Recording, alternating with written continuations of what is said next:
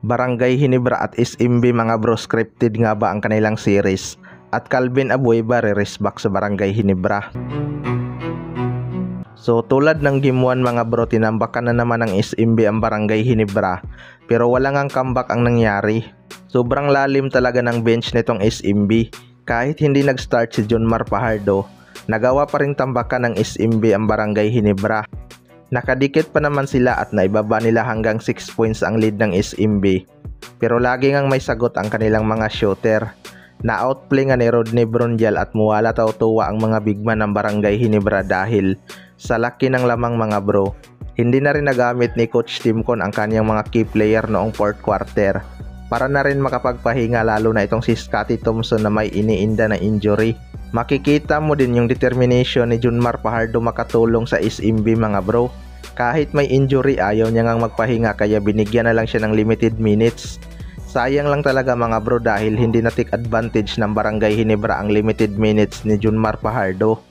Pero marami ngang nagsasabi na scripted nga daw ang series na to para umabot ng Game 7 at mas malaki ang kikitain ng liga.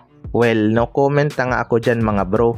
Hindi talaga maiiwasan na magpalitan ng panalo ang mga team dahil every game may adjustment yan sila na ginagawa kaya nakakabawi.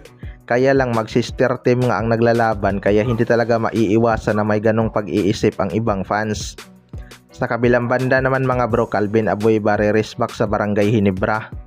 Expected ngang makukuha ng Barangay Ginebra ang 2-0 lead deficit mga bro dahil sa kanilang magandang performance last game. Nag-step up din si Stephen Holt sa kanilang opensa kaya maaga pa lang nakapagtala na ito ng double digit. Kaso noong tinambakan na sila mga bro, bagsak na nga ang balikat ng mga Ginebra player. Tanging si Jason David lang yung nakita kong humahasil at dumadive talaga sa mga 50-50 ball. Yung Scottie Thompson understandable naman dahil may iniinda nga ito sa kanyang kamay.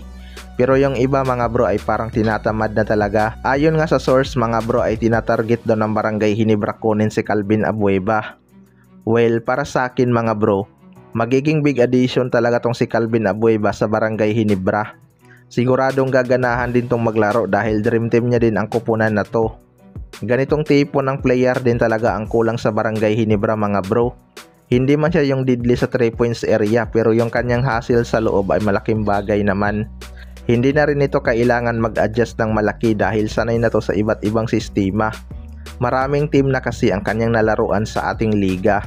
Ang problema lang mga bro, hindi na nga pwedeng mag-trade sa semifinals dahil tapos na nga ang trade deadline.